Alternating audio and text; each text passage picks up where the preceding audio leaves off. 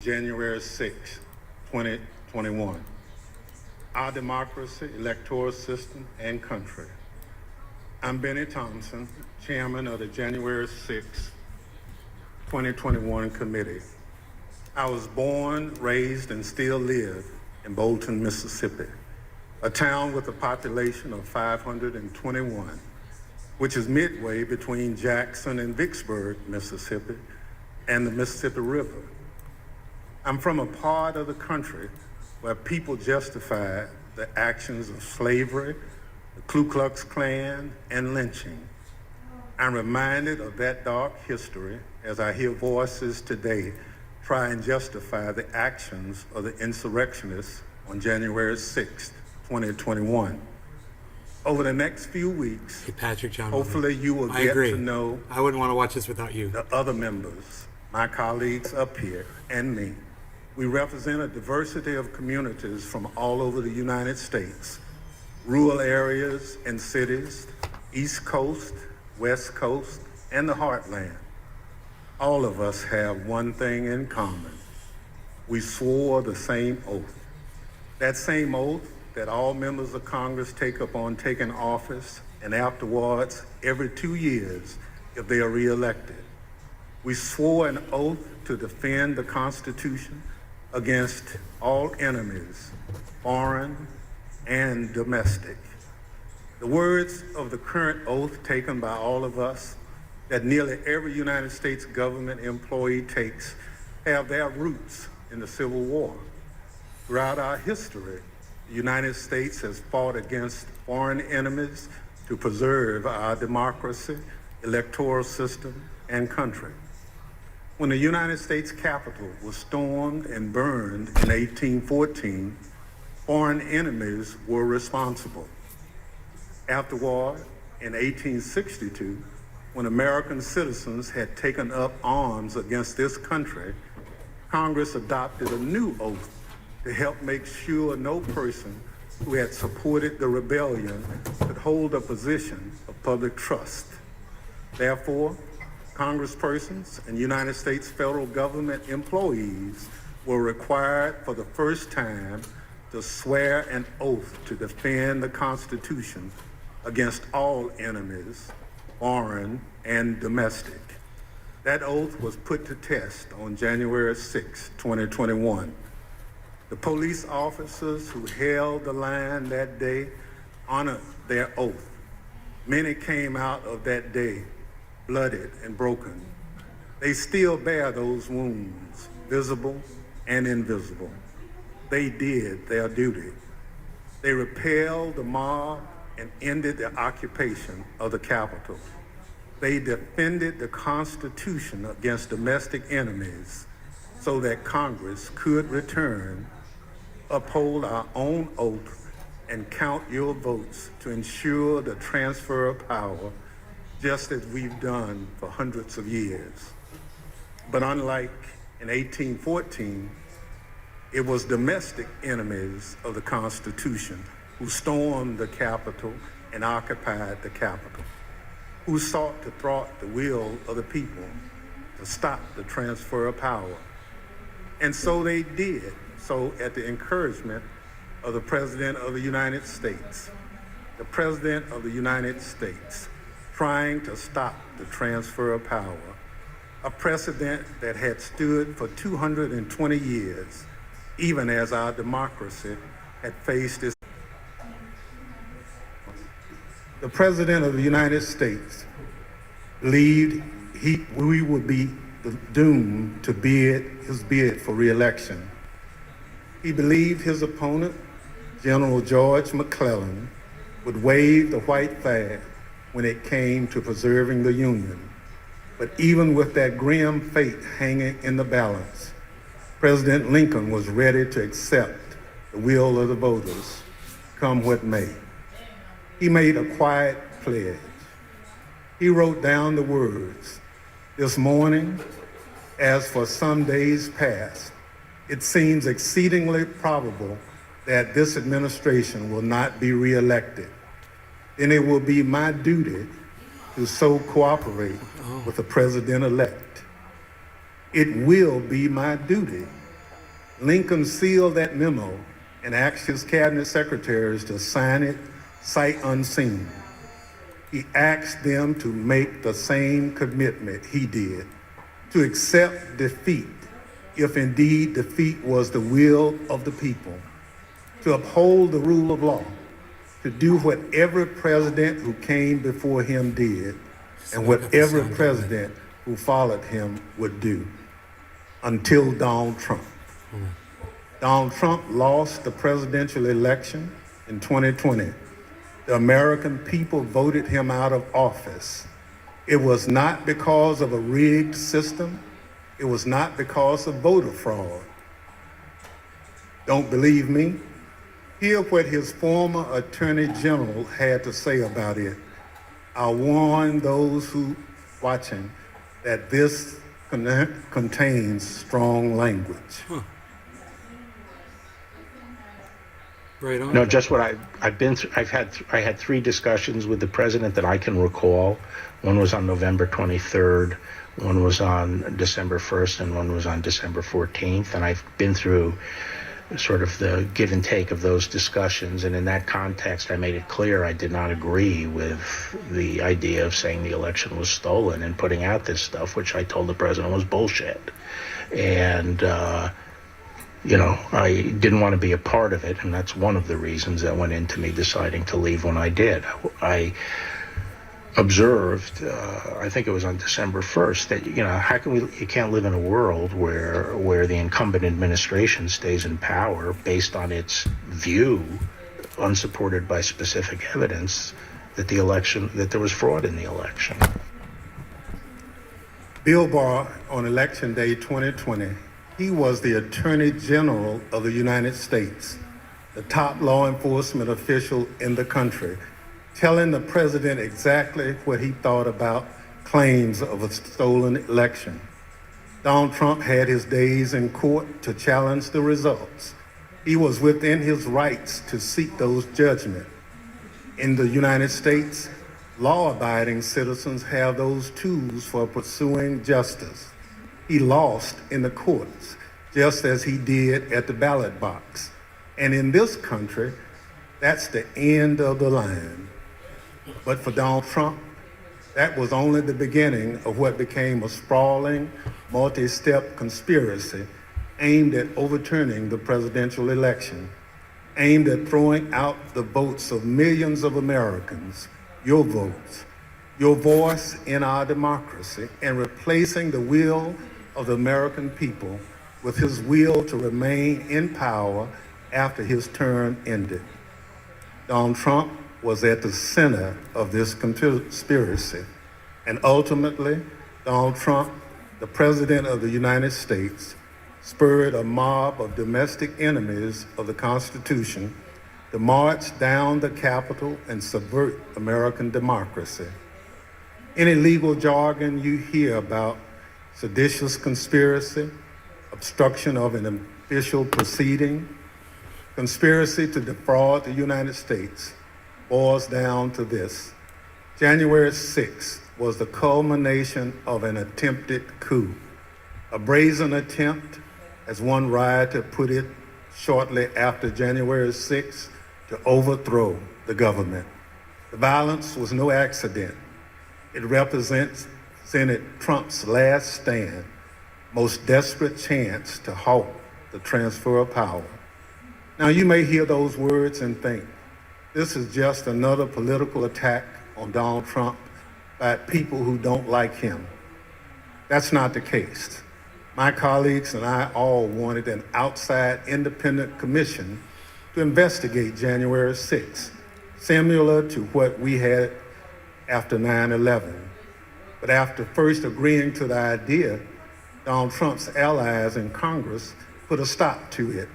Apparently, they don't want January 6th investigated at all. And in the last 17 months, many of those same people have tried to whitewash what happened on January 6th, to rewrite history, call it a tourist visit, label it legitimate political discourse. Donald Trump and his followers have adopted the words of the songwriter, Do you believe me or your lying eyes? Cheers, guys. We can't sweep what happened under the rug. The American people deserve answers. So I come before you this evening, not as a Democrat, but as an American who swore an oath to defend the Constitution. The Constitution doesn't protect just Democrats or just Republicans. It protects all of us, we the people. And this scheme was an attempt to undermine the will of the people. So tonight, and over the next few weeks, we're going to remind you of the reality of what happened that day. But our work must do much more than just look backwards. The cause of our democracy remains in danger. The conspiracy to thwart the will of the people is not over. There are those in this audience who thirst for power but have no love or respect for what makes America great: devotion to the Constitution, allegiance to the rule of law, our shared journey to build a more perfect union. January 6th and the lies that led to insurrection have put 2.5 centuries of constitutional democracy at risk. The world is watching what we do here. America has long been expected to be a shining city on the hill, a beacon of hope and freedom, a model for others when we are at our best. How can we play that role when our house is in such disorder? We must confront the truth with candor, resolve, and determination. We need to show that we are worthy of the gifts that are the birthright of every American. That begins here, and it begins now, with a true accounting of what happened and what led to the attack on our Constitution and our democracy. In this moment, when the dangers of our Constitution and our democracy loom large, nothing could be more important. Working alongside the public servants on this dais not important. has been one of the greatest honors of my time in Congress. It's been a particular privilege to count as a partner in this effort and to count as a friend the gentlewoman from Wyoming, Ms. Cheney.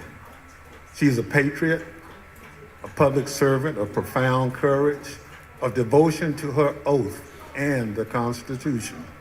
It's my pleasure to recognize Ms. Cheney for her opening statement. Thank you very much, Mr. Chairman, and let me echo those words about the importance of bipartisanship and what a tremendous honor it is to work on this committee. Mr. Chairman, at 6:01 p.m. on January 6th, after he spent hours watching a violent mob besiege, attack, and invade our Capitol, Donald Trump tweeted, but he did not condemn the attack. Instead, he justified it. These are the things and events that happen, he said, when a sacred landslide election victory is so unceremoniously and viciously stripped away from great patriots who've been badly and unfairly treated for so long. As you will see in the hearings to come, President Trump believed his supporters at the Capitol, and I quote, "We're doing what they should be doing." This is what he told his staff as they pleaded with him to call off the mob, to instruct his supporters to leave. Over a series of hearings in the coming weeks, you will hear testimony, live and on video, from more than half a dozen former White House staff in the Trump administration, all of whom were in the West Wing of the White House on January 6th. You will hear testimony that, quote, "The president did not really want to put anything out, calling off the riot or asking his supporters to leave."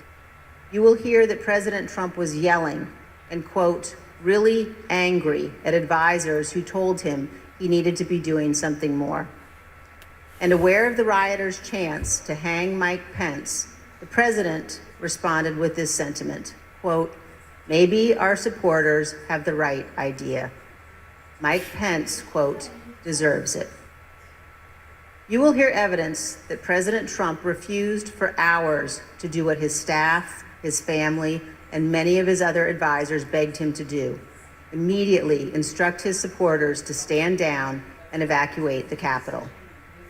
Tonight, you will see never-before-seen footage of the brutal attack on our Capitol, an attack that unfolded while a few blocks away, President Trump sat watching television in the dining room next to the Oval Office. You will hear audio from the brave police officers battling for their lives and ours, fighting to defend our democracy against a violent mob Donald Trump refused to call off. Tonight and in the weeks to come, you will see evidence of what motivated this violence, including directly from those who participated in this attack. You will see video of them explaining what caused them to do it. You will see their posts on social media. We will show you what they have said in federal court. On this point, there is no room for debate. Those who invaded our Capitol and battled law enforcement for hours were motivated by what President Trump had told them, that the election was stolen and that he was the rightful president. President Trump summoned the mob, assembled the mob, and lit the flame of this attack.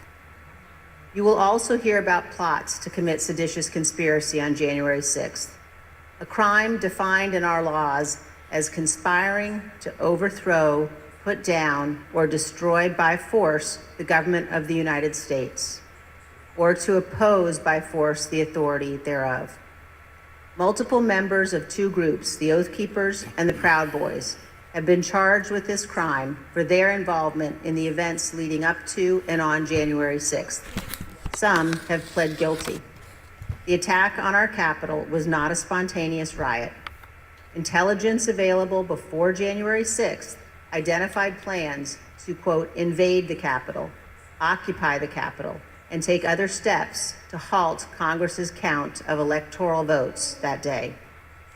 In our hearings to come, we will identify elements of those plans, and we will show specifically how a group of Proud Boys led a mob into the Capitol building on January 6th. Tonight, I am going to describe for you some of what our committee has learned and highlight initial findings you will see this month in our hearings. As you hear this, all Americans should keep in mind this fact. On the morning of January 6th, President Donald Trump's intention was to remain President of the United States, despite the lawful outcome of the 2020 election and in violation of his constitutional obligation to relinquish power. Over multiple months, Donald Trump oversaw and coordinated a sophisticated 7-part plan to overturn the presidential election and prevent the transfer of presidential power. In our hearings, you will see evidence of each element of this plan. In our second hearing, you will see that Donald Trump and his advisors knew that he had in fact lost the election. But despite this, President Trump engaged in a massive effort to spread false and fraudulent information to convince huge portions of the U.S. population that fraud had stolen the election from him. This was not true. Jason Miller was a senior Trump campaign spokesman. In this clip, Miller describes a call between the Trump campaign's internal data expert and President Trump a few days after the 2020 election. I was in the Oval Office, and at some point in the conversation, Matt Oskowski, who is the lead data person, was brought on, and I remember he delivered to the president pretty blunt terms that he was going to lose. And that was based, Mr. Miller, on Matt and the data team's assessment of the sort of county by county, state by state results as reported? Correct. Alex Cannon was one of President Trump's campaign lawyers. He previously worked for the Trump Organization. One of his responsibilities was to assess allegations of election fraud in November 2020. Here is one sample of his testimony discussing what he told White House Chief of Staff Mark Meadows. I remember a call with Mr. Meadows, where Mr. Meadows was asking me what I was finding and if I was finding anything. And I remember sharing with him that we weren't finding anything that would be sufficient to change the results in any of the key states. When was that conversation? Probably in November, mid to late November. I think it was before my child was born. And what was Mr. Meadows' reaction to that information? I believe the words he used were, "So there's no there there." There's no there. The Trump campaign's general counsel, Matt Morgan, gave similar testimony.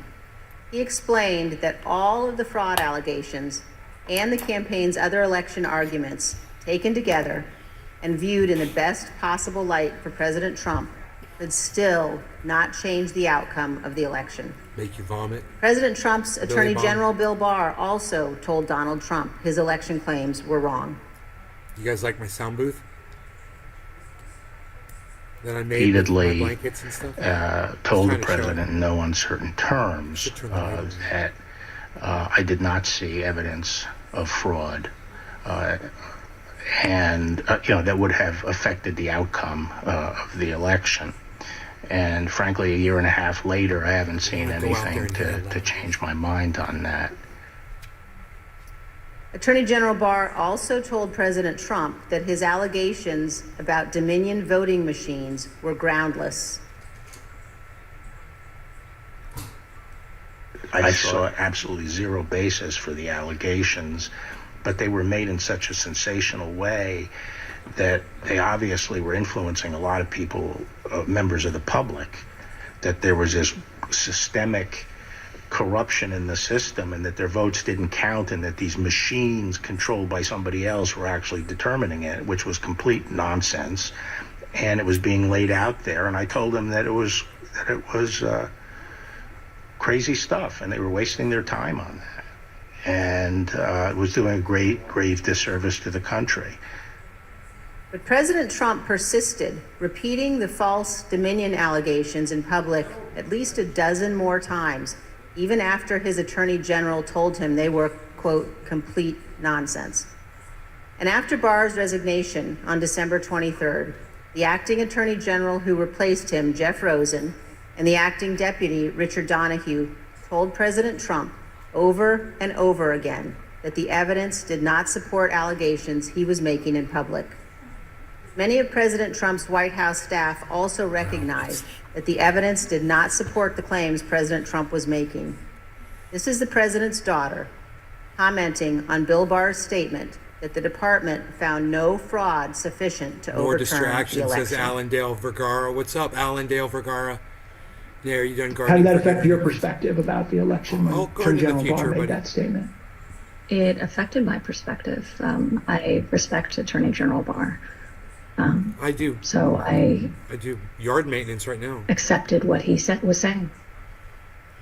As you will hear on Monday, the just president showing had you every some right work. to litigate his campaign claims, but he ultimately lost more than 60 cases in state and federal courts. The president's claims in the election cases were so frivolous and unsupported that the president's lead lawyer, Rudy Giuliani, not only lost the lawsuits, his license to practice law was suspended. Here's what the court said of Mr. Giuliani.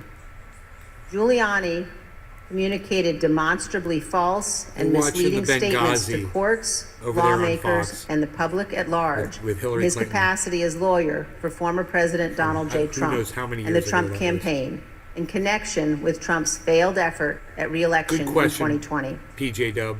As you will see in great detail in our hearings, President Trump ignored the rulings of our nation's courts. He ignored his own campaign leadership, his White House staff, many Republican state officials. He ignored the Department of Justice and the Department of Homeland Security. President Trump invested millions of dollars of campaign funds purposely spreading false information, running ads he knew were false, and convincing millions of Americans that the election was Liz corrupt Cheney, she's a and Republican. that he was the true She's a president. hypocrite. As you will see, this misinformation campaign provoked the violence on January 6th.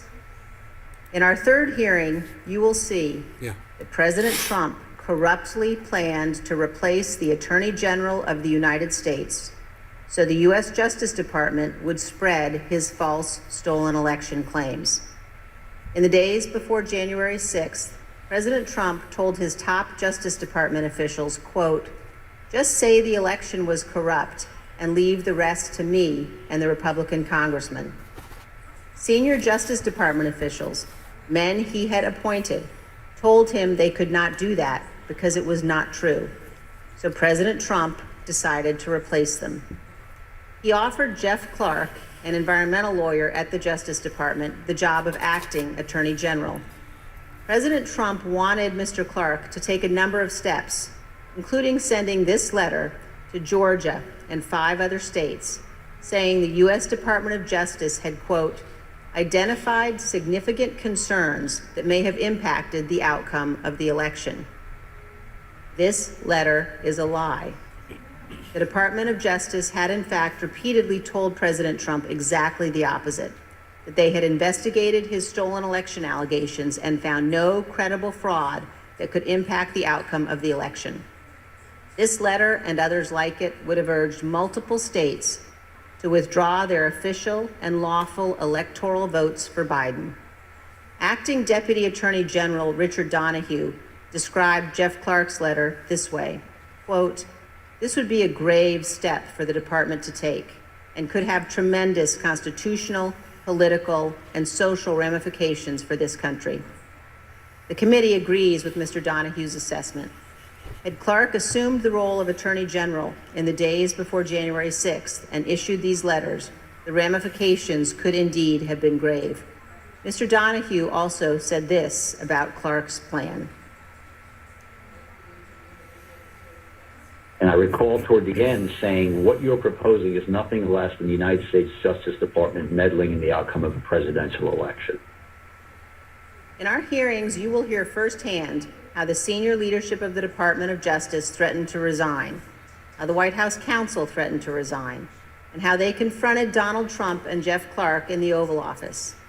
The men involved, including Acting Attorney General Jeff Rosen and Acting Deputy Attorney General Richard Donoghue, were appointed by President Trump. These men honored their oaths of office, they did their duty, and you will hear from them in our hearings. By contrast, Jeff Clark has invoked his Fifth Amendment privilege against self-incrimination and refused to testify. Representative Scott Perry, who is also involved in trying to get Clark appointed as Attorney General, has refused to testify here.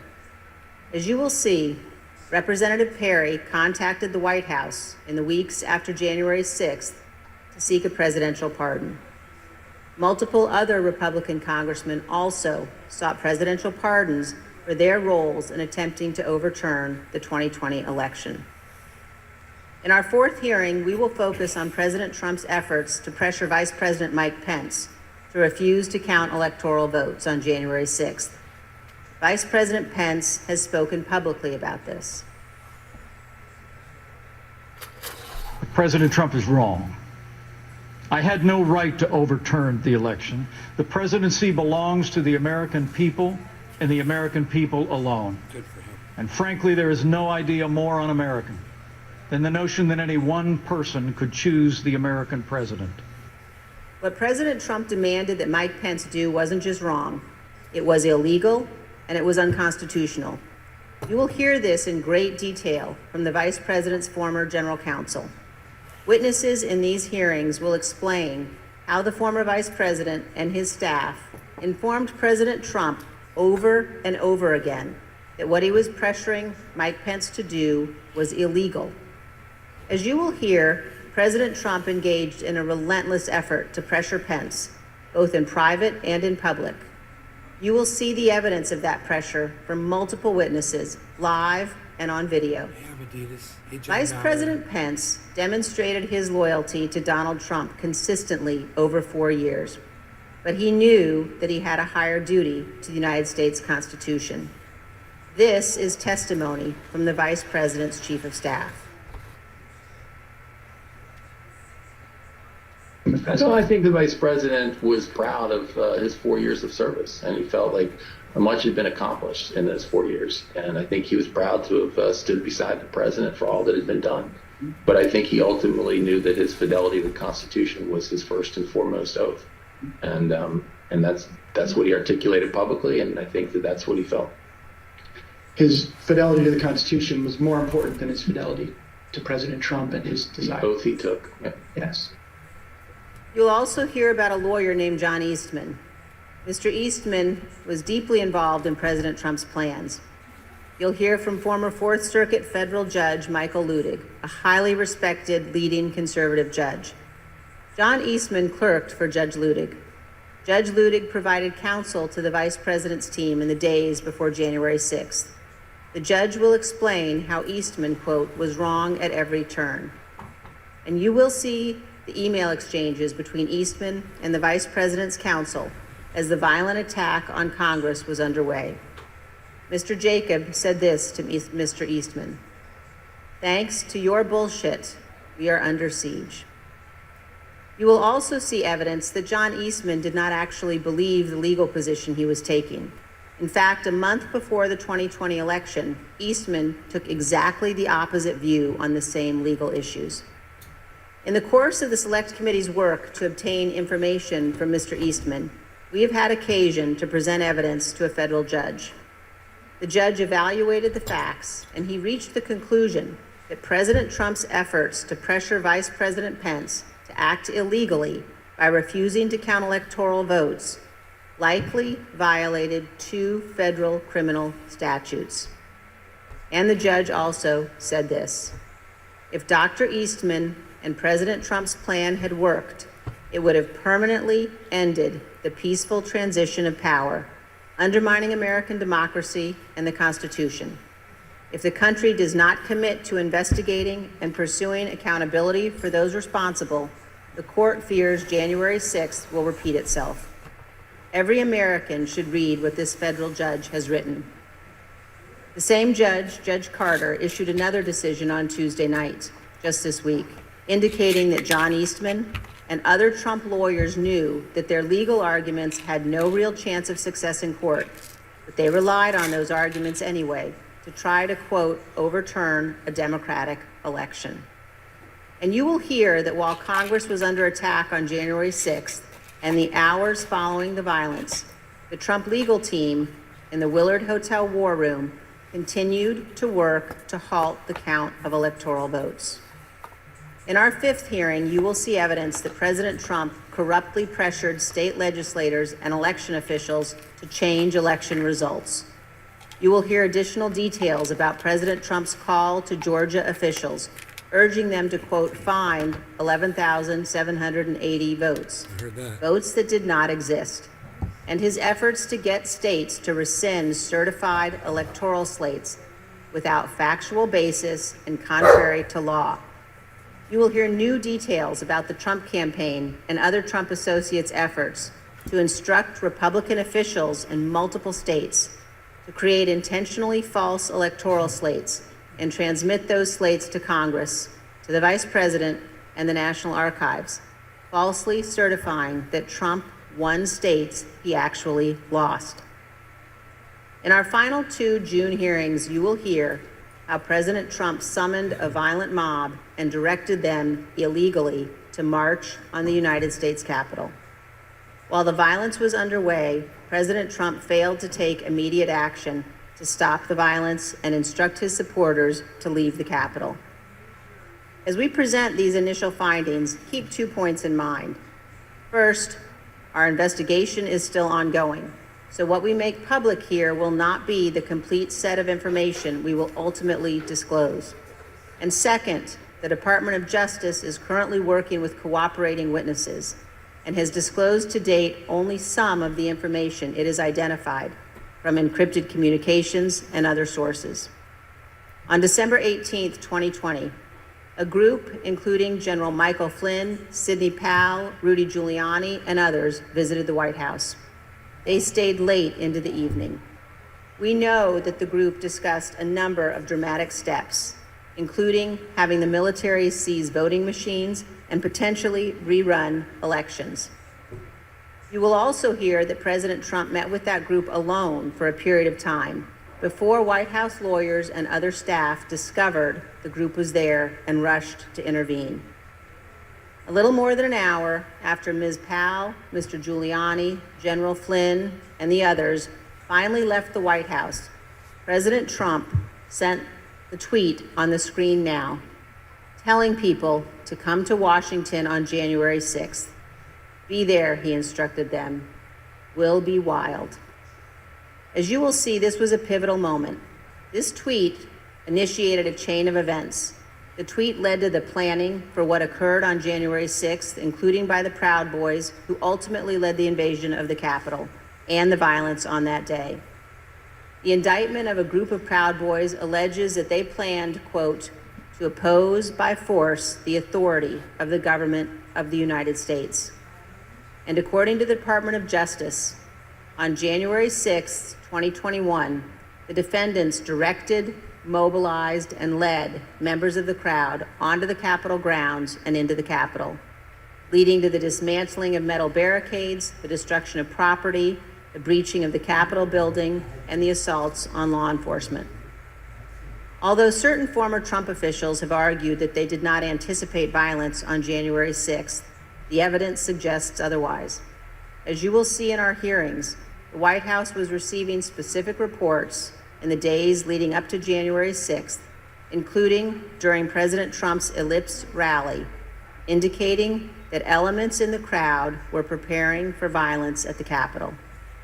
And on the evening of January 5th, the president's close advisor, Steve Bannon, said this on his podcast. All hell is going to break loose tomorrow. Just understand this. All hell is going to break loose tomorrow. As part of our investigation, we will present information about what the White House and other intelligence agencies knew and why the Capitol was not better prepared. But we will not lose sight of the fact that the Capitol Police did not cause the crowd to attack. And we will not blame the violence that day, violence provoked by Donald Trump, on the officers who bravely defended all of us. In our final hearing, you will hear a moment-by-moment account of the hours-long attack from more than half a dozen White House staff, both live in the hearing room and via videotape testimony. There's no doubt that President Trump was well aware of the violence as it developed. White House staff urged President Trump to intervene and call off the mob. Here is a document written while the attack was underway by a member of the White House staff, advising what the president needed to say. Quote, anyone who entered the Capitol without proper authority should leave immediately. This is exactly what his supporters on Capitol Hill and nationwide were urging the president to do. He would not. You will hear that leaders on Capitol Hill begged the president for help, including Republican leader McCarthy, who was, quote, scared, and called multiple members of President Trump's family after he could not persuade the president himself. Not only did President Trump refuse to tell the mob to leave the Capitol, he placed no call to any element of the United States government to instruct that the Capitol be defended. He did not call his Secretary of Defense on January 6th. He did not talk to his Attorney General. He did not talk to the Department of Homeland Security. My eggs in a tree. President Trump gave no order to deploy the National Guard that day. And he made no effort to work with the Department of Justice to coordinate and deploy law enforcement assets. But Vice President Pence did each of those things. For example, here is what General Milley, the chairman of the Joint Chiefs of Staff, testified to this committee. I think these are really good for blocking sound. There were 2 or 3 calls with Vice President Pence. He was very animated, and he issued very explicit, very direct, unambiguous orders. There was no question about that. And he was, and I can get you the exact quotes, I guess, from some of our records somewhere. But he was very animated, very direct, very firm, and to Secretary Miller. Get the military down here, get the Guard down here, put down this situation, accepted. By contrast, here is General Milley's description of his conversation with President Trump's Chief of Staff, Mark Meadows, on January 6th. He said, we have to kill the narrative that the vice president is making all the decisions. We need to establish the narrative that, that the president is still in charge and that things are... Cabinet discussing the possibility of invoking the 25th Amendment and replacing the President of the United States. Multiple members of President Trump's own cabinet resigned immediately after January 6th. One member of the cabinet suggested that the remaining cabinet officers needed to take a more active role in running the White House and the administration. But most emblematic of those days is this exchange of texts between Sean Hannity and former President Trump's press secretary, Kayleigh McEnany. Sean Hannity wrote, in part, "He now, no more crazy people, no more stolen election talk. Yes, impeachment and 25th Amendment are real. Many people will quit." Ms. McEnany responded in part, "Love that. That's the playbook." The White House staff knew that President Trump was willing to entertain and use conspiracy theories to achieve his ends. They knew the president needed to be cut off from all of those who had encouraged him. They knew that President Donald Trump was too dangerous to be left alone, at least until he left office on January 20th. These are important facts for Congress and the American people to understand fully.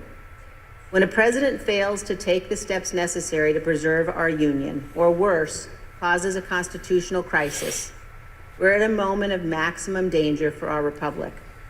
Some in the White House took responsible steps to try to prevent January 6th. Others egged the president on.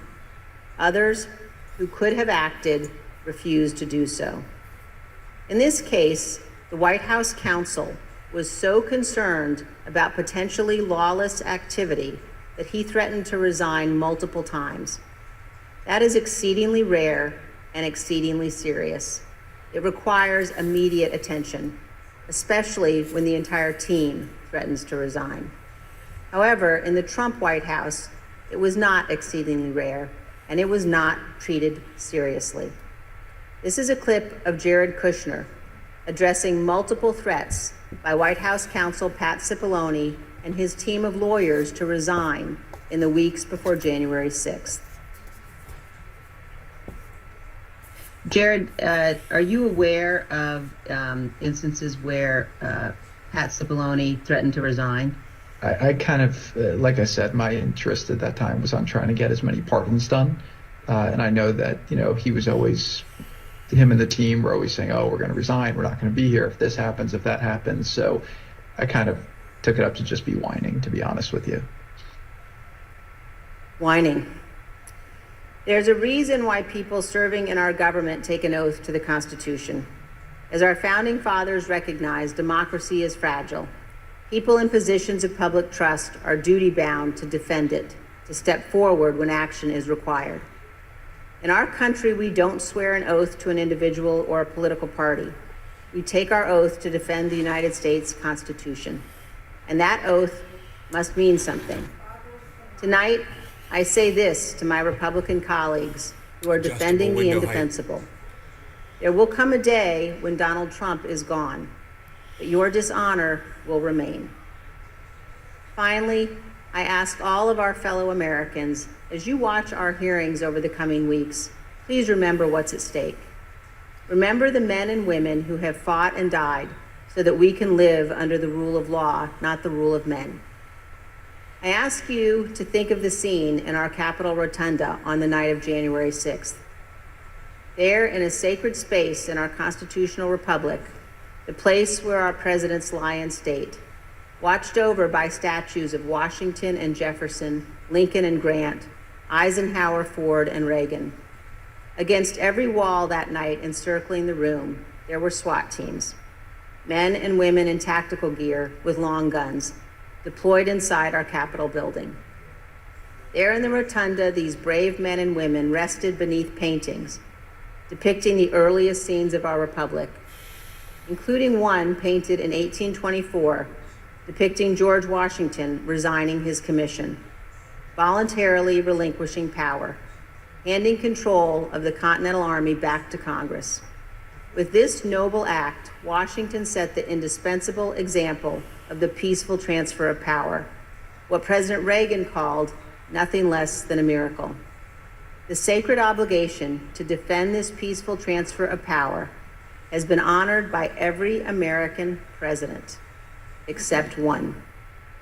As Americans, we all have a duty to ensure that what happened on January 6th never happens again, to set aside partisan battles, to stand together to perpetuate and preserve our great republic.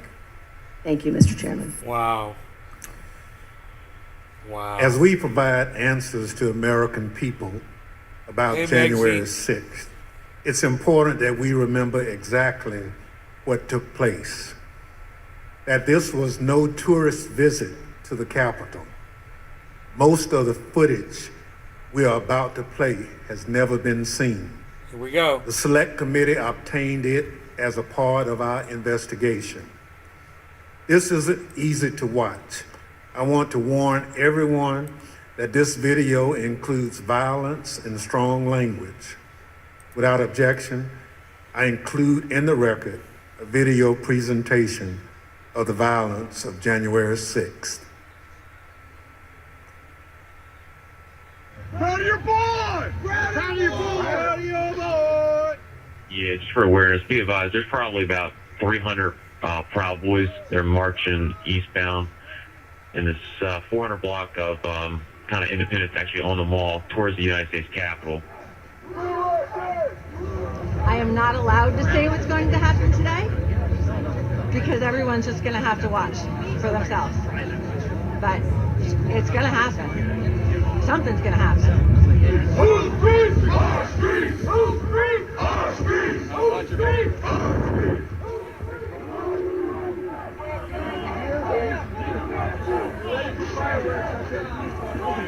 We are on your side. Don't make us go against you. Understand the side. Pick a side. These are our streets. 20 bucks a picture. I hope Mike is going to do the right thing. I hope so. I hope so. Because if Mike Pence does the right thing, we win the election. All Vice President Pence has to do is send it back to the states to recertify. And we become president, and you are the happiest people. Mike Pence is going to have to come through for us. And if he doesn't, that will be a sad day for our country. Because you'll never take back our country with weakness. You have to show strength, and you have to be strong.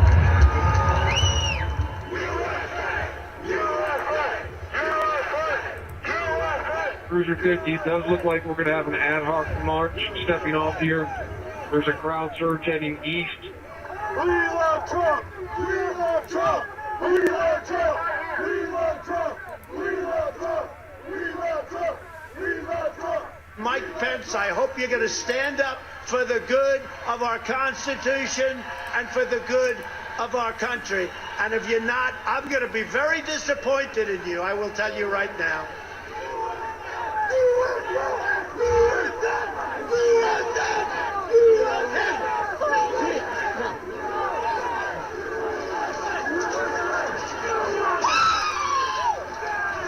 Get back, ladies! Get back, ladies!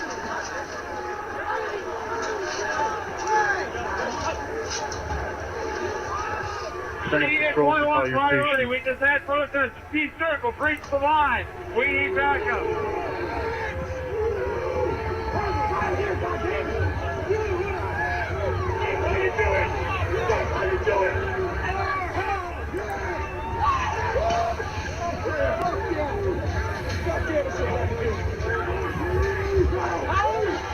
Madam Speaker, the Vice President and the United States Senate.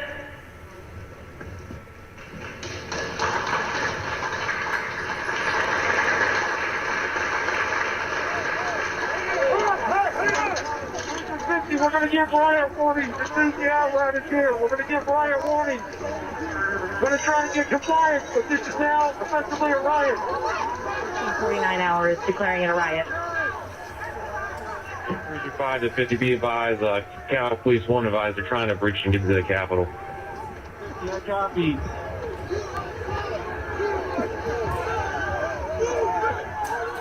the line! Hold the line! Hold the line! Hold the line! Hold the line! 42. We're about 5 miles out. We're trying to make our way through all this.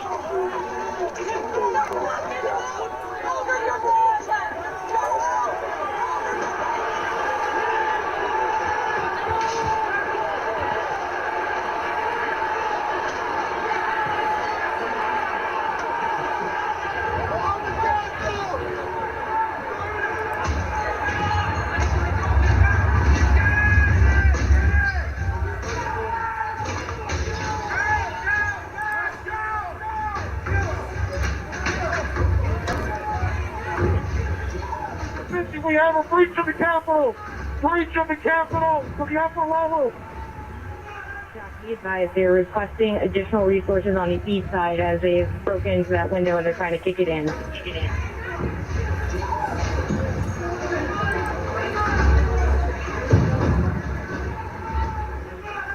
Without objection, the chair declares the House in recess pursuant to Clause 12B of Rule 1. Mike Pence didn't have the courage to do what should have been done to protect our country and our Constitution, giving states a chance to certify a corrected set of facts, not the fraudulent or inaccurate ones which they were asked to previously certify. U.S. demands the truth. Bring out Pence. Bring out Pence. Bring out Pence.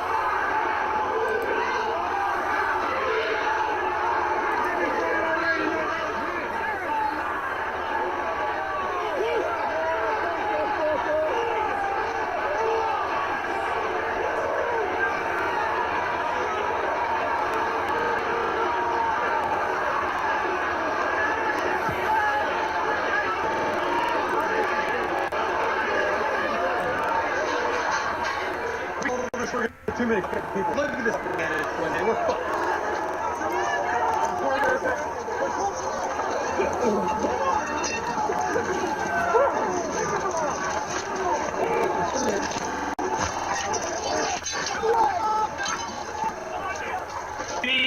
Area for the House members. They're all walking over now through the tunnels.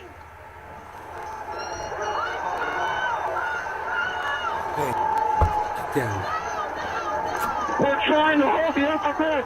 We're trying to hold the upper deck now. We need to hold the doors of the Capitol.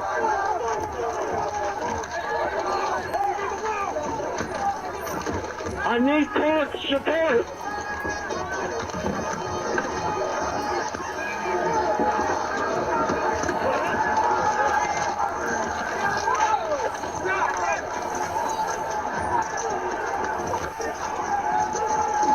We lost the line!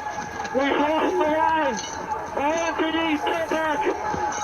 All MPDs, get back up to the upper deck! All MPDs, get back to the upper deck! ASAP!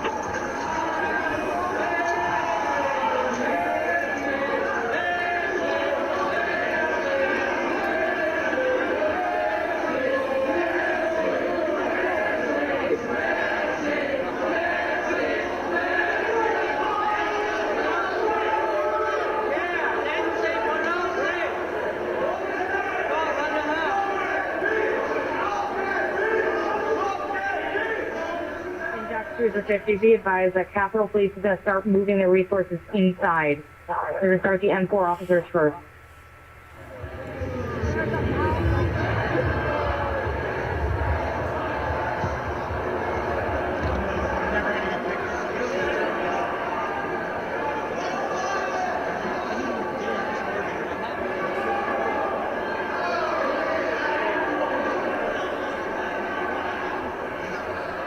H208 with 4 members. The door's barricaded. There's people flooded the hallways outside. We have no way out.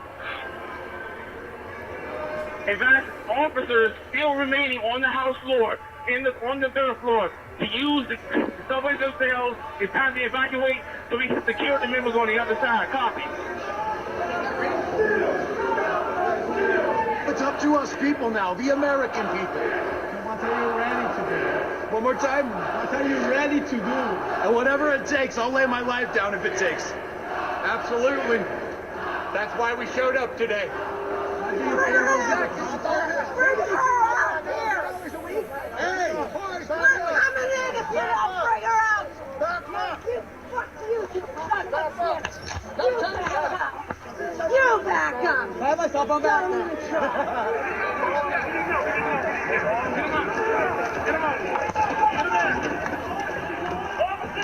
Get him up! We want you! Get him up! Hold up! Get him up!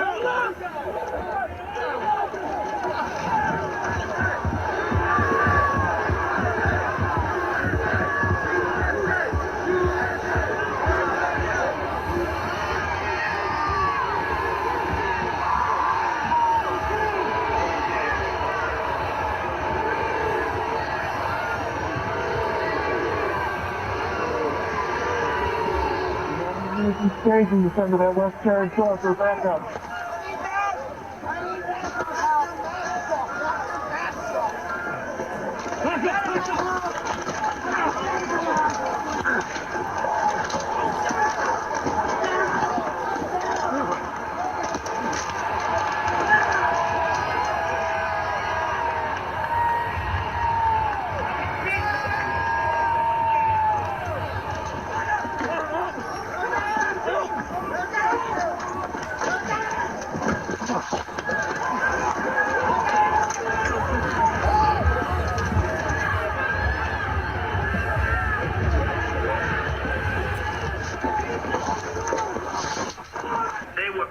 People. These were great people. The crowd was unbelievable, and I mentioned the word love. The love in the air. I've never seen anything like it.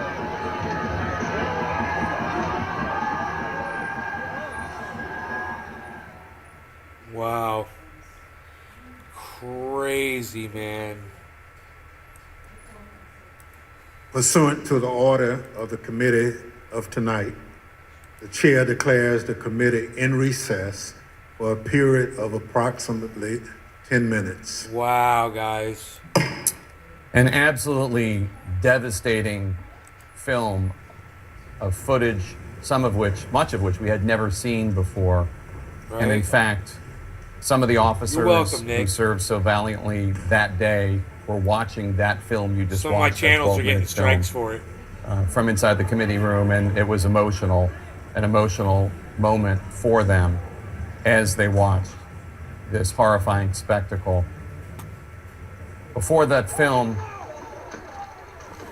we saw a presentation from the chairman of the committee, Benny Thompson of Mississippi, and a even more powerful presentation from the vice chair, Republican Liz Cheney, who offered firsthand testimonies with videos and texts from Trump administration officials and Trump family members and Trump loyalists, all offering a trail of footprints leading directly from that horrific insurrection, this attack on the Capitol, this attack on democracy. We could probably jump ahead. Traced unbelievable details that she not only showed, the clips that she played, the quotes that she gave, about the way that the former president seemed to have not listened to the people who were telling him it's not true. God, you know, and nobody cares about your fucking stupid commentary. Nobody wants to hear it. You guys need to shut up. Let's just wait 10 minutes. We'll do some bong hits. We'll hang out. Hey, Mom, how's it working? Is that right? How's my wall of sound muting working? Because, I mean, they played that whole video. It was just all rioting. So that's what I knew was going to be on, and I was trying to get it so they could hear it and it wouldn't bother you too much. So I got this wall I was trying to show you guys. Blanket over here, blanket, table set up on my table with the legs facing me, and then the blanket in there. I got another blanket over here, I got chairs over here, I got chairs over there, I got chairs set up out there, blankets everywhere. I pulled down all the shades because the shades are sound muting as well. Here, you know what we can do? We can do this.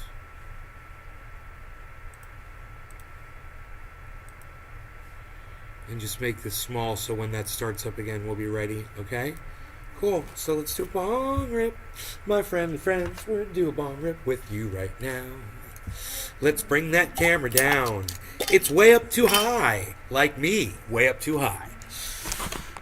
I say like that. That's good, yes, I am. That's nice, we were able to fast forward a minute through bullshit, you know?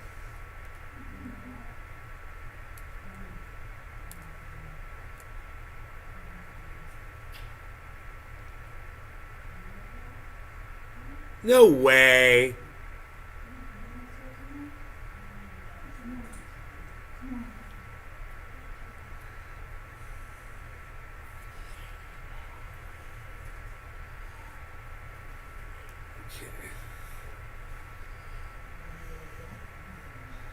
I got the police officer with the neck tattoo.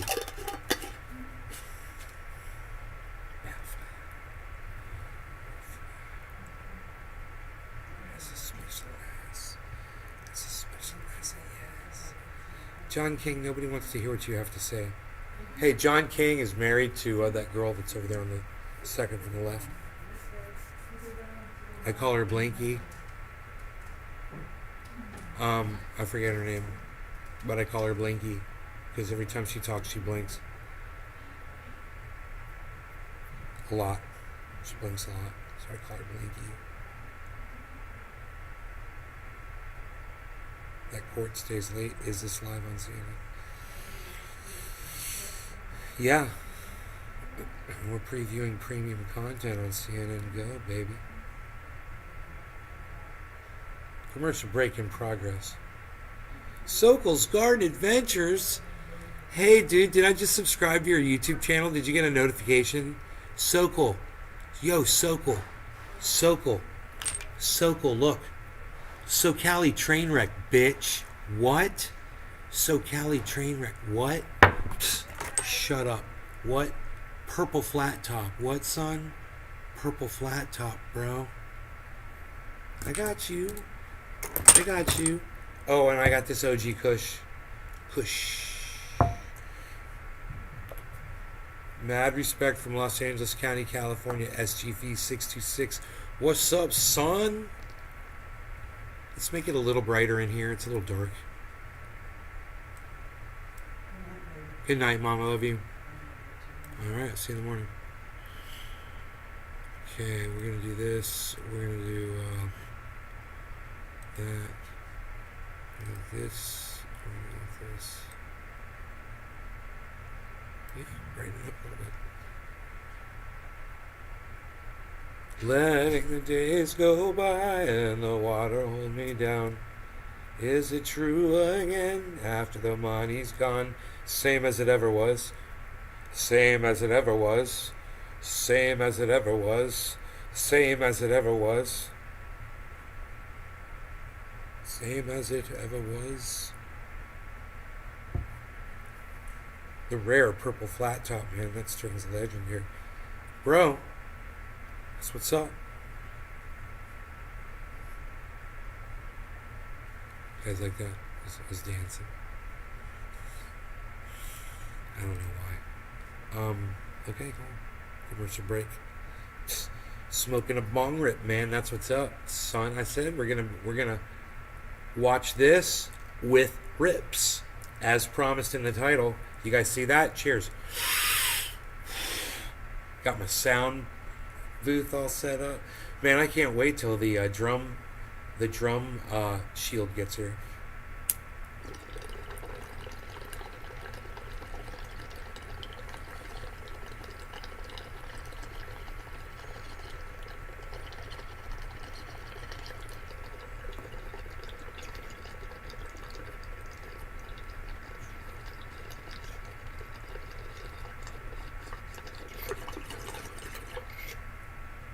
And it's so good.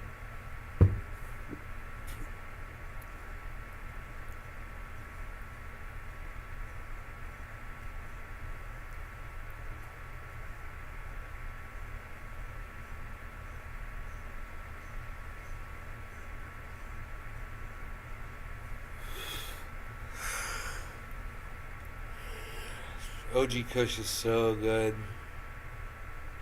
I got the OG Kush terp sauce with diamonds, bro. Diamonds and terp sauce. I got that shit, bro. I got it like that, son. I don't know where it is, but it's here, bro. There it is. Look at this, bro. Brosef. Yeah, Brosef.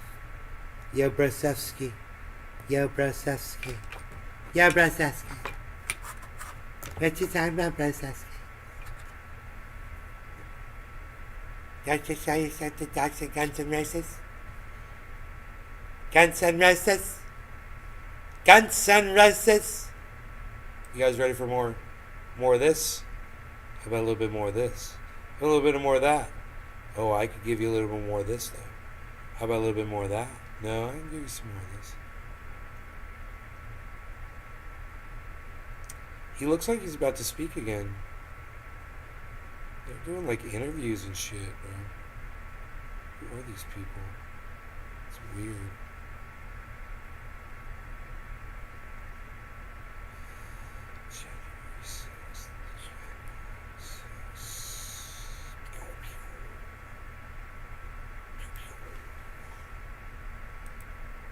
Presidential debate when Chris Wallace asked Donald Trump to condemn the Proud Boys, and he told them to stand back and stand by, or words to those effect. The Proud Boys and the Oath Keepers, another far-right paramilitary group involved in the attack. Here we go. Let's listen in. Yeah, shut the fuck The up. committee will be in order.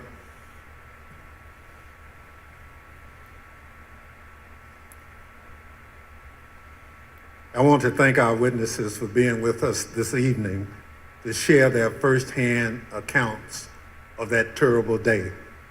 I know that some of the witnesses from our first hearing are in the room with us, along with some of the family members, friends, and widows of the officers who lost their lives as a result of the attack. Thank you all for being here for us and the American people. Officer Carolyn Edwards has been with the United States Capitol Police since 2017.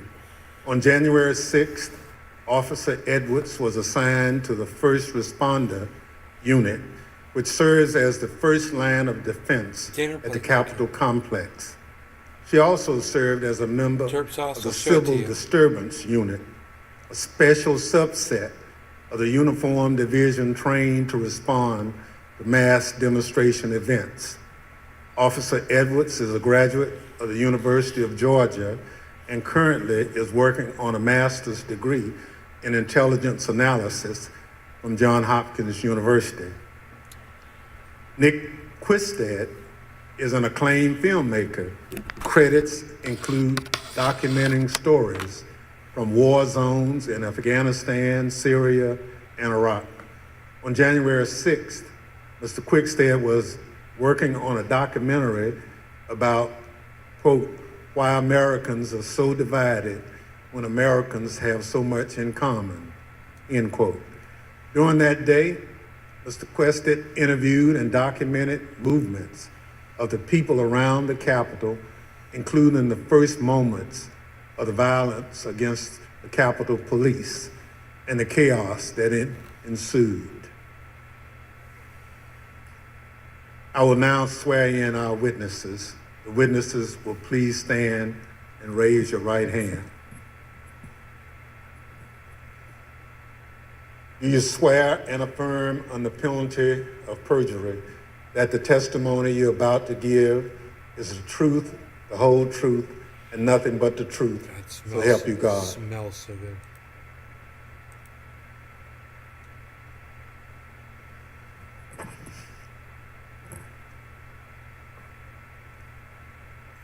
Let the record reflect the witnesses answered in the affirmative.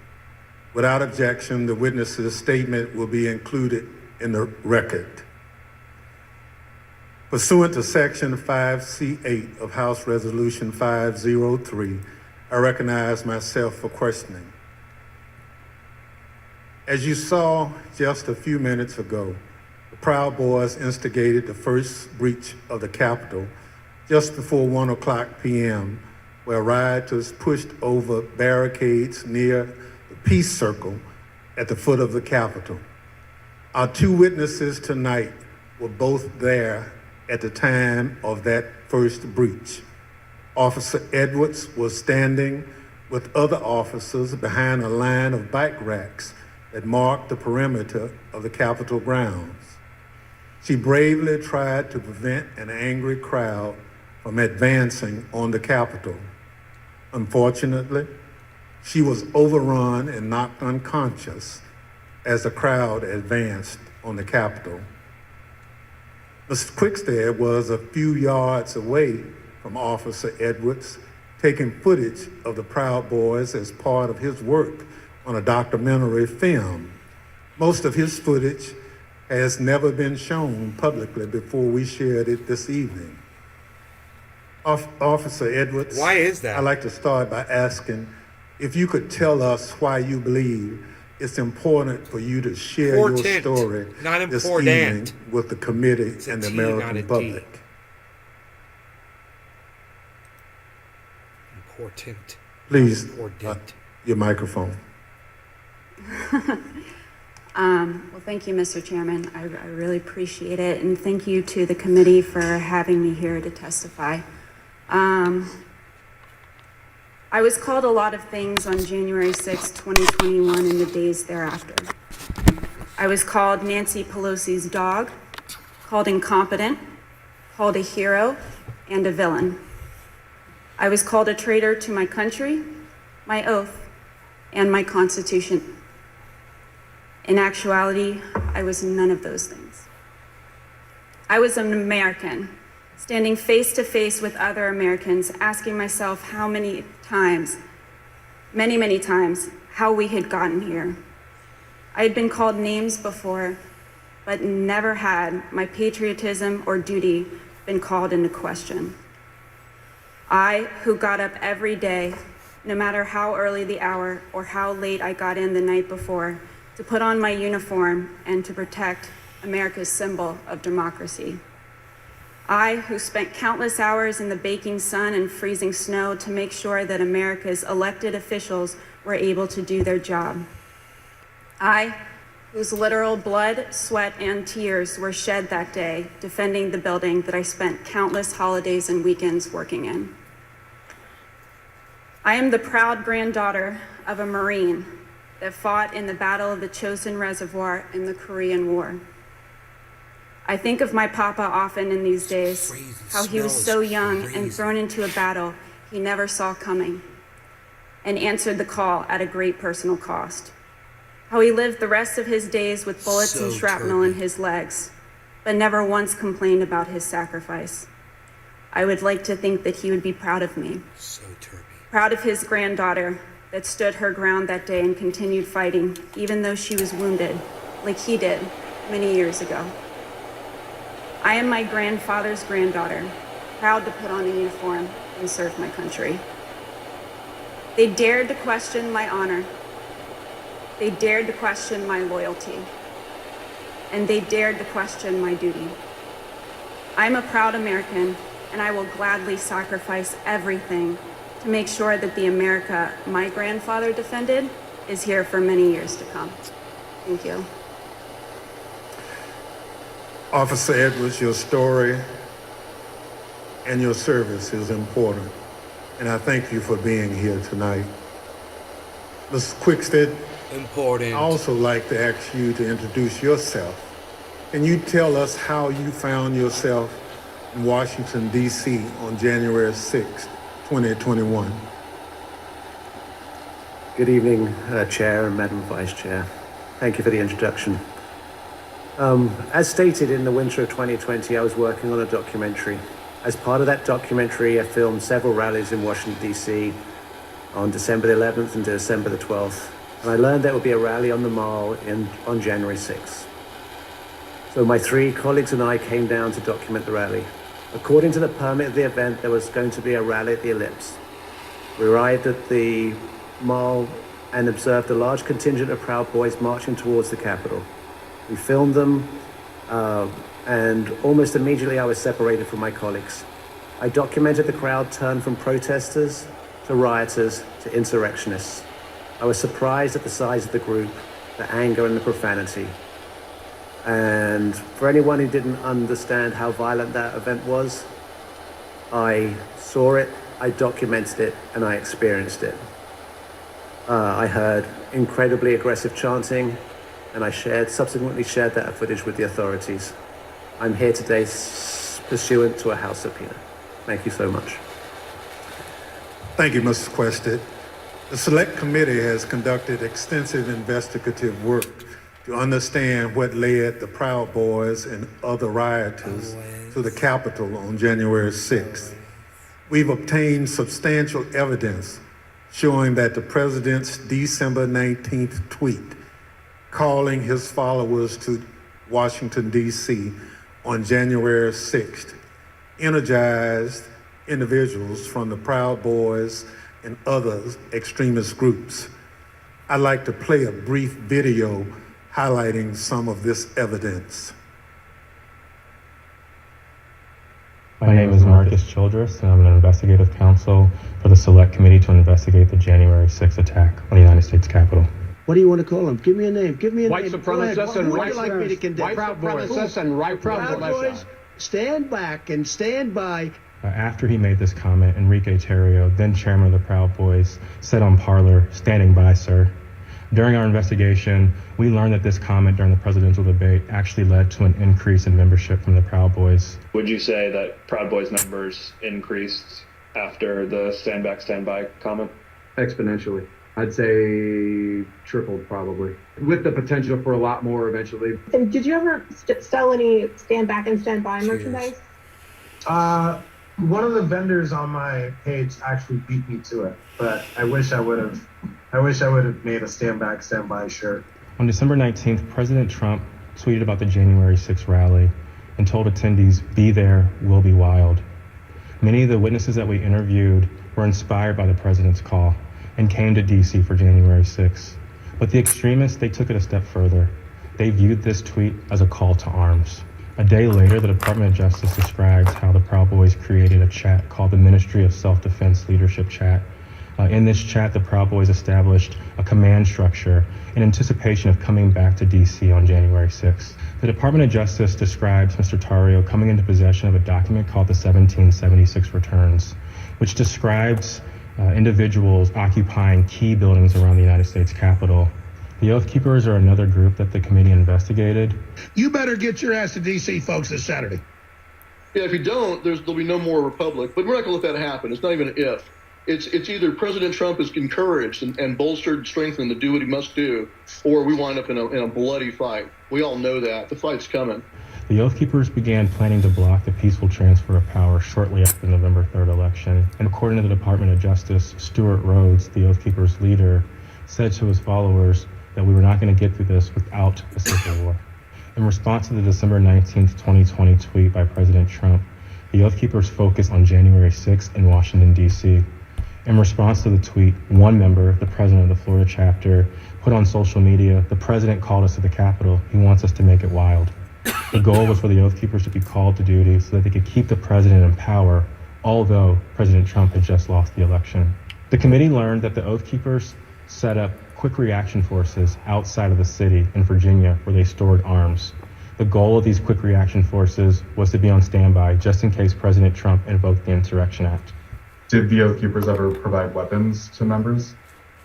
I'm going to decline to answer that and put them with grounds for due process grounds.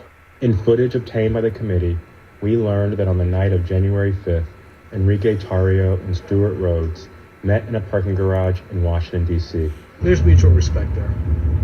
I think we're fighting the same fight, and I think that's what's important. The committee learned that the Oath Keepers went into the Capitol through the east doors in 2 stack formations. The DOJ alleges that one of the stacks went into the Capitol looking for Speaker Pelosi, although they never found her. As the attack was unfolding, Mr. Tarrio took credit.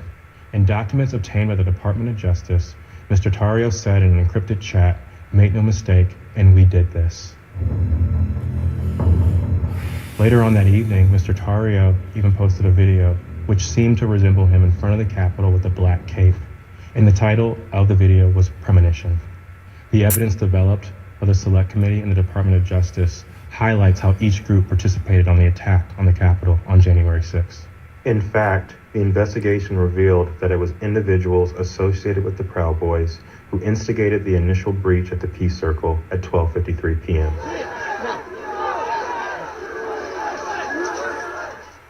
Within 10 minutes, rioters had already filled the Lower West Plaza. By 2 o'clock, rioters had reached the doors on the west and the east plazas. And by 2:13, rioters had actually broken through the Senate wing door and gotten into the Capitol building. A series of breaches followed. At 2:25 p.m., rioters breached the east side doors to the Rotunda.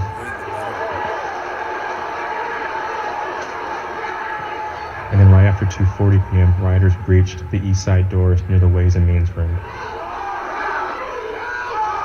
Once the rioters infiltrated the Capitol, they moved through the crypt, the Rotunda, the hallways leading to the House chambers, and even inside the Senate chambers.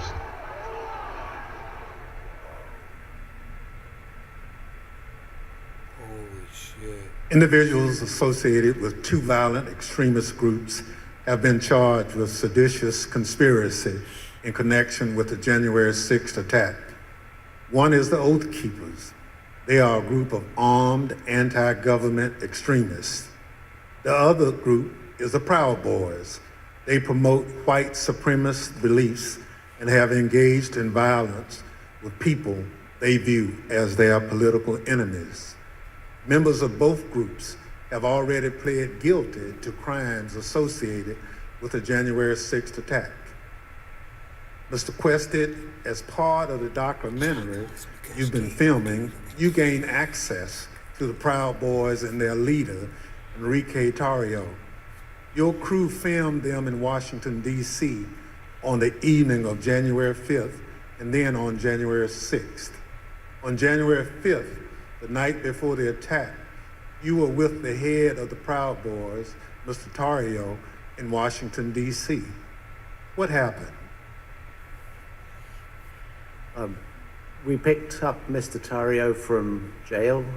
He'd been arrested for carrying some magazines, some extra capacity magazines, and he took responsibility for the burning of the Black Lives Matter flag that was stolen from the church on December the 12th. We were attempting to get an interview with Mr. Tarrio. We had no idea of any of the events that were going to subsequently happen. We drove him to pick up his bags from the property department of the police, which is just south of the mall. We picked up his bags and went to get some other bags from the Phoenix Hotel, where we encountered Mr. Stewart Rhodes from the Oath Keepers. By the time I'd gone to park the car, my colleague was saying, who'd got into the car with Mr. Tarrio, that they had moved to a location around the corner, the parking garage of the Hall of Legends, I believe. And so we quickly drove over there. We drove down into the parking garage and filmed the scene of Mr. Tarrio and Mr. Rhodes and certain other individuals in that garage. We then continued to follow Mr. Tario. There was some discussion about where he was going to go. He ended up going towards a hotel in Baltimore, and we conducted an interview with him in the hotel room. And then we returned to DC for that night. And what was interesting that night actually was that was the first indication that DC was much more busy than it had been any other time we'd been here, because we couldn't get into the hotels we wanted to, and we ended up at a hotel that, you know, was not as satisfactory as we would hoped. Thank you. So what you're saying is you filmed the meeting between Mr. Tario and Oath Keepers leader Stuart Rose, right? Indeed. I said there was going to be You rips couldn't in my hear show. what was It's in the said, title, but yeah. according to the Justice Department indictment of Mr. Tario, a participant referenced the Capitol. Now, on the morning of January 6th, you learned the Proud Boys would gather near the rally scheduled to take place near the White House. What time did you meet up with the Proud Boys, and what was happening when they met? We met up with the Proud Boys somewhere around 10:30 a.m. and they were starting to walk down the mall easterly direction towards the Capitol. There was a large contingent, more than I had expected, and I was confused to a certain extent why we were walking away from the president's speech, because that's what I felt we were there to cover. So at 10:30 a.m., that's early in the day. That's even before President Trump had started speaking. Am I correct? Yes, sir. So how many Proud Boys would you estimate were marching together to the Capitol? A couple of hundred, potentially. Yeah, I'd say a couple of hundred Proud Boys were marching towards the Capitol at that point. Already knew. At the time, was the area heavily guarded? No, that was, I remember we walked past we walked down the mall, we walked to the right of the reflecting pool, and then north along the road that leads to the Peace Circle. And as we were walking past the Peace Circle, I framed the Proud Boys to the right of my shot with the Capitol behind, and we see one sole police officer at the barriers, which subsequently breached. We then walk up and past a tactical unit preparing, and you see that in the film where the man questions their duty and their honor, and you see maybe a dozen Capitol Police putting on their riot gear. So how would you describe the atmosphere at that time? The atmosphere it seemed to be much darker. I make efforts to create a familiarity between myself and my subjects to make them feel comfortable. And the atmosphere was much darker than this day than had been in these other days. And there was also a contingent of Proud Boys that I hadn't met before from Arizona who appeared to wear these orange hats. And had orange armbands. So when the Proud Boys went back down the hill to the Peace Circle, did a larger crowd start together? Well, no, first of all, we went round to the back and down the steps, and we took some photographs on the east side of the Capitol, and then we went for lunch. We went for tacos. So, Mr. Quested, you're a journalist, so you're careful to stick to things that you have observed. But what you've told us is highly relevant. Let me highlight a few key facts that you and others have provided the committee. First, there was a large group of Proud Boys present at the Capitol. We know that from multiple sources. You now estimate that there were around 250 to 300 individuals that you've testified. They weren't there for President Trump's speech. We know this because they left that area to march toward the Capitol before the speech began. They walked around the Capitol that morning. I'm concerned this allowed them to see what defenses were in place and where weaknesses might be. And they decided to launch their attack at the Peace Circle, which is the front door of the Capitol complex. It's the first security perimeter that those marching from the ellipse would have to come to as they moved toward the Capitol. The Peace Circle walkway was always where the thousands of angry Trump supporters would arrive after President Trump sent them from the ellipse. The Proud Boys timed their attack to the moments before the start of the joint session in the Capitol, which is also where President Trump directed the angry mob, quote, "We fight like hell," end quote. He told them before sending them down Pennsylvania Avenue, right to where the Proud Boys gathered and where you were filming.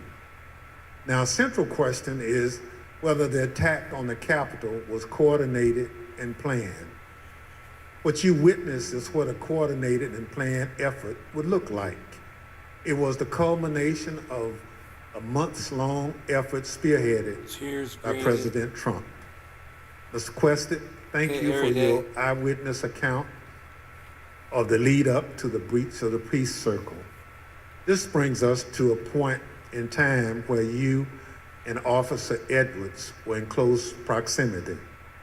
At this point, I reserve the balance of my time pursuant to 5C, Section 8 of House Resolution 503. The chair recognizes the gentlewoman from Wyoming, Ms. Cheney, for questioning. Thank you very much, Mr. Chairman. Officer Edwards, I want to start by thanking you for your service and thank you for your courage. Thank you for being here this evening. I know that it's not easy to relive what happened for you and for the officers behind you and for the family members of officers in the audience this evening. But it's really important for the country to have a full accounting and understand what happened. I want to start, Officer Edwards, with a short clip that shows the horrible moment when you were injured as the Peace Circle was breached.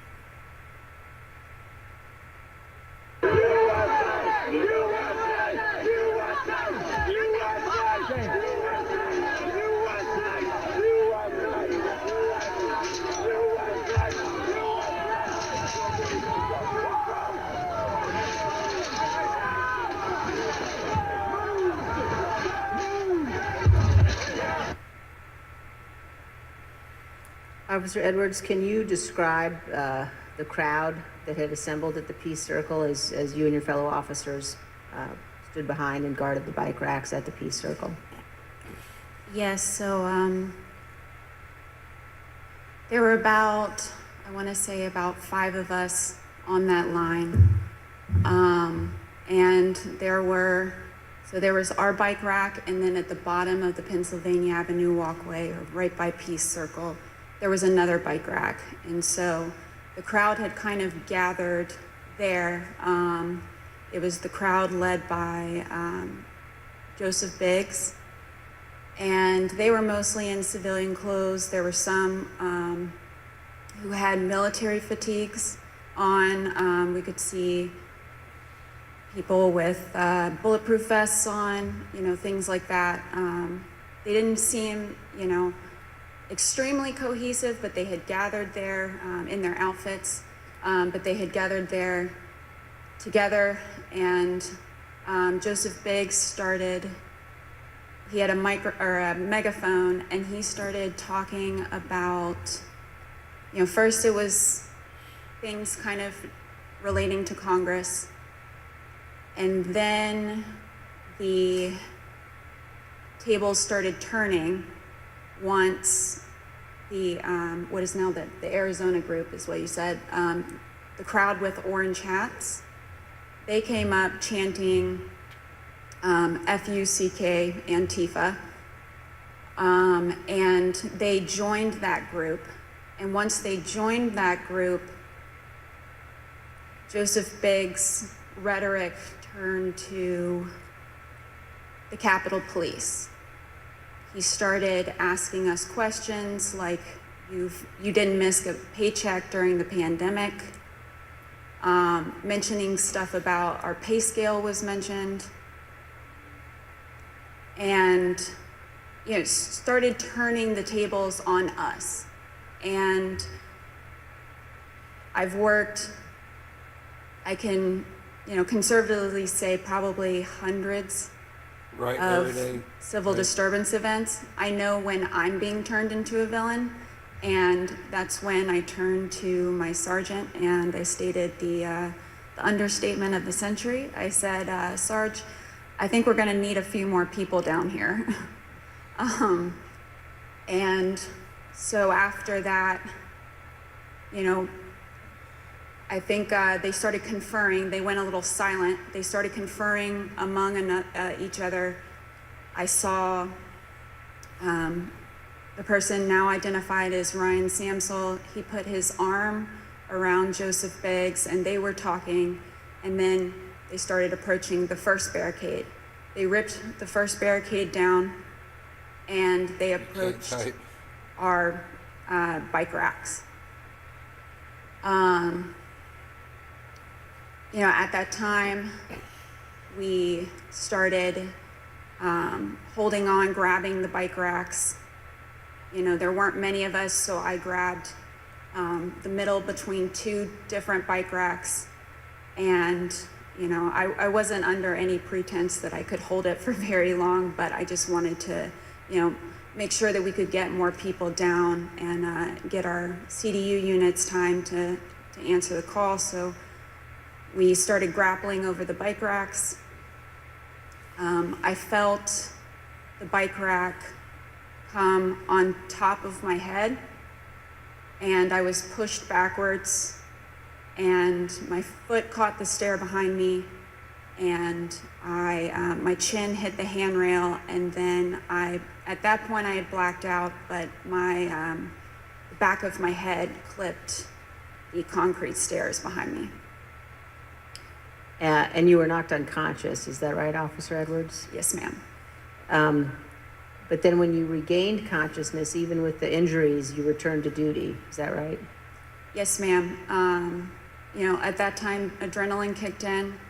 I ran towards the West Front, and I tried to hold the line at the Senate steps at the Lower West Terrace. More people kept coming at us. It just seemed like, more and more people started, coming onto the West Front. They started overpowering us. And that was right about when MPD's officers showed up. Their bike officers pushed the crowd back. She's a cop. And allowed our CDU units as well as theirs to form that line that you see, that very thin line between us and the protesters or the rioters, at that time. I fell behind that line, and for a while I started decontaminating people who had gotten sprayed, and treating people medically who needed it. And then you were injured again there on the West Terrace, is that right, Officer Edwards? Yes, ma'am. So after a while, I got back on the line. It was on the house side of the Lower West Terrace. And I was holding that line for a while. There weren't many of us over there. And Officer Sicknick was behind me for most of the time, for about 30 to 45 minutes that I was down there. We were just, as the best we could, we were just, grappling over bike racks and trying to hold them as quick as possible. What was with the bike racks? All of a sudden, I see movement to the left of me. And I turned, and it was Officer Sicknick with his head in his hands. And he was ghostly pale, which I figured at that point that he had been sprayed, and I was concerned. My, cop alarm bells went off, because if you get sprayed with pepper spray, you're going to turn red. He turned just about as pale as this sheet of paper. And so I looked back to see what had hit him, what had happened, and that's when I got sprayed in the eyes as well. I was taken to be decontaminated by another officer, but we didn't get the chance because we were then tear gassed. God. And we are going to play just a brief clip of that moment that you've just described, Officer Edwards.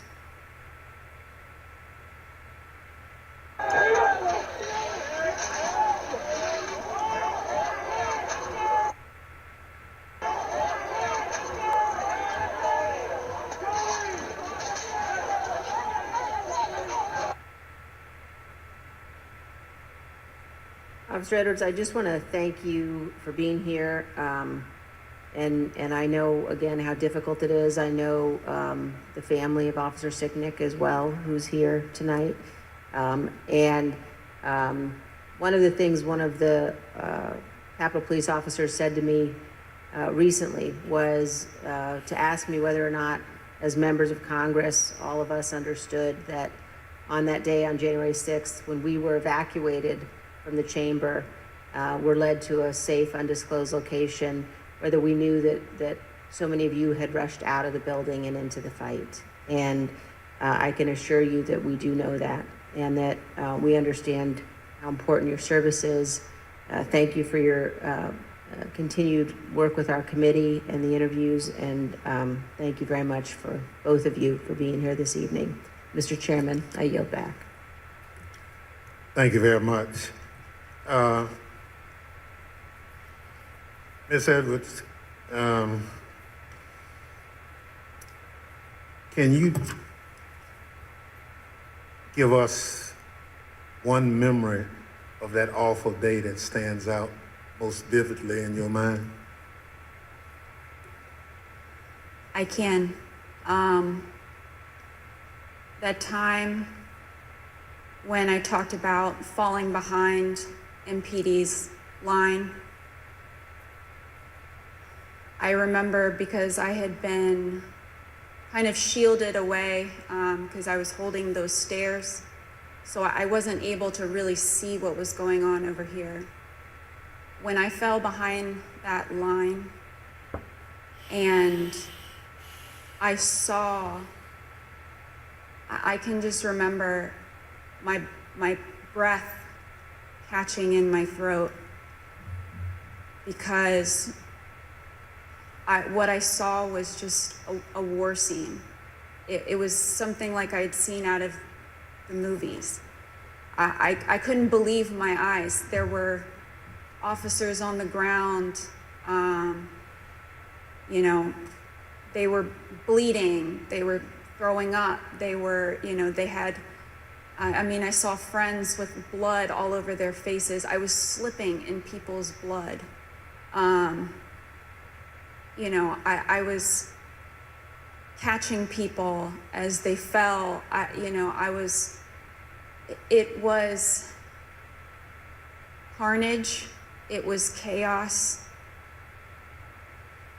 I can't even describe what I saw. Never in my wildest dreams did I think that as a police officer, as a law enforcement officer, I would find myself in the middle of a battle. I'm trained to detain, a couple of subjects and handle a crowd, but I'm not combat trained.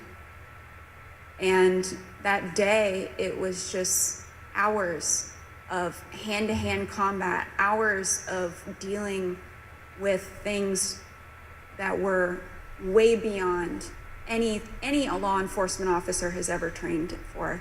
And I just remember that moment of stepping behind the line and just seeing the absolute war zone that the West Front had become.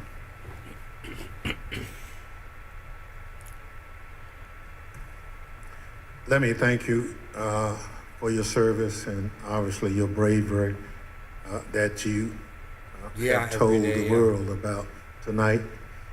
It's unfortunate that you had to defend the Capitol from fellow Americans. None of us would ever think that that would have to happen, but it did. So let me thank our witnesses for joining us tonight and sharing their experiences with America. Throughout my chairmanship of this committee, I've continuously vowed that this committee will ensure a comprehensive account of the heroic acts on January 6th, and that we will follow the facts wherever they lead. Your testimony is an essential part of that record and helps us do our job. Mr. Quested, thank you for sharing your footage and your account of the day's events with us.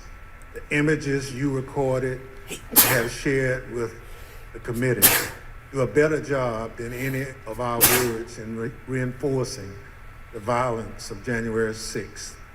We hope that the power of your footage help encourage all Americans to consider how citizens with so much in common could viciously brawl at the seat of their democratic government. Amadeus, thank you.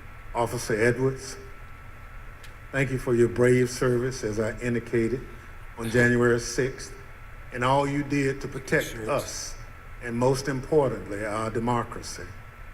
If you and your fellow officers hadn't held the line against those violent insurrectionists, we can only imagine the disaster that would have ensued. Your heroism in the face of danger is admirable, and your will to continue to protect and serve despite your serious injuries should be an inspiration to all of us. We wish you a continued recovery and look forward to seeing you back in uniform sometime soon. The members of the Select Committee may have additional questions for tonight's witnesses, and we ask that you respond expeditiously in writing to those questions. Without objections, members will be permitted 10 business days to submit statements for the record, including opening remarks and additional questions for the witnesses. The witnesses have just told us what they heard the rioters saying while they stormed the Capitol on that day. Now we're going to hear it from the rioters themselves. Without objection, I include in the record a video presentation. There's a baby dragonfly right here.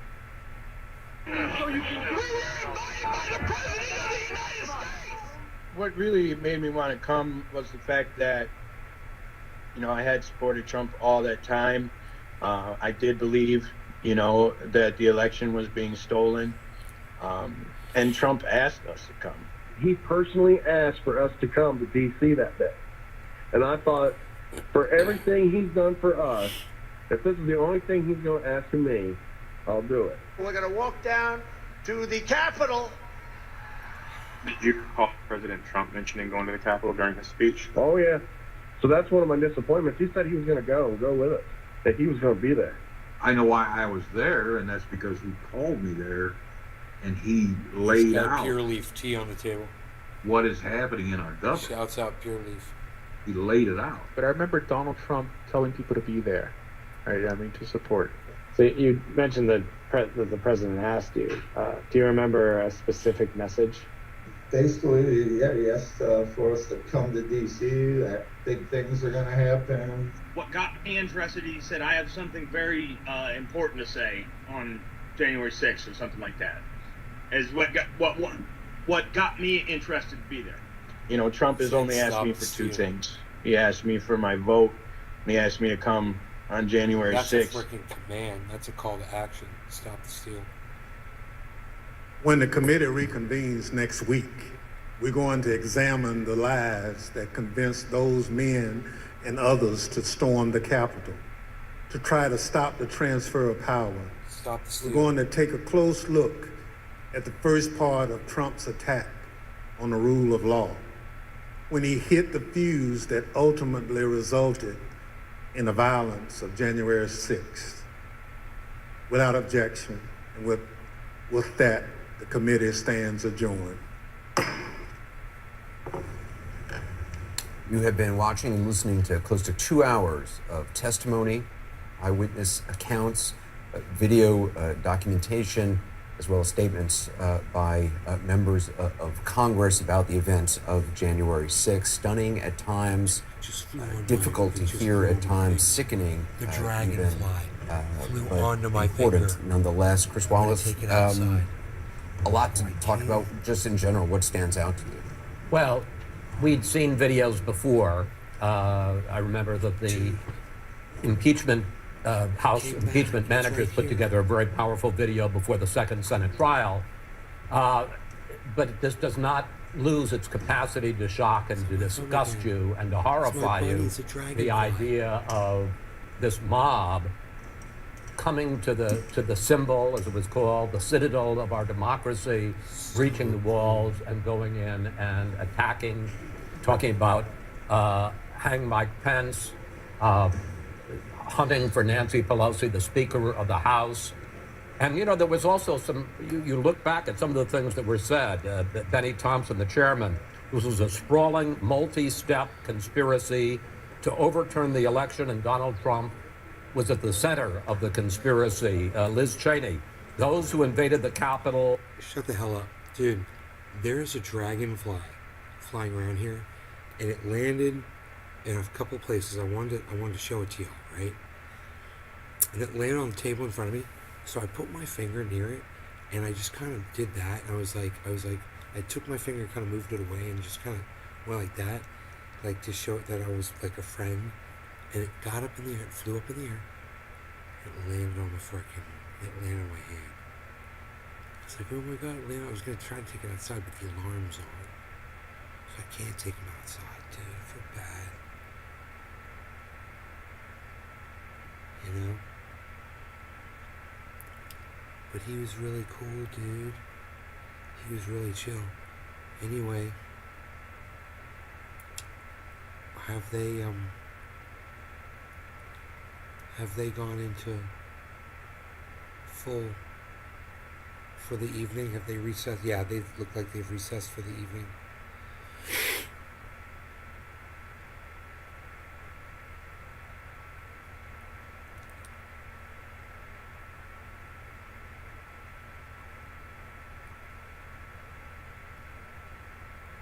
If they have, then I'll go ahead and I'll end it.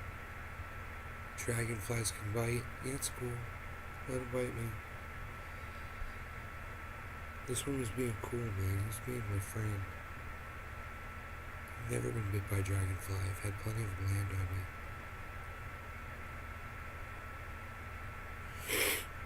me. Yeah, they're adjourning for the night. So we'll re-adjourn when they re-adjourn. You guys take care. Love you guys. Hope you had fun. Thanks for watching my show. I will see you guys later. Alright. I was wondering if the dragonfly was going to come back. I was going to show them to you again, but it's not going to. Love you guys. I'll see you tomorrow. Hope you had fun. Bye, everybody. Hey, look at that. Abaditas said, hashtag keep it open.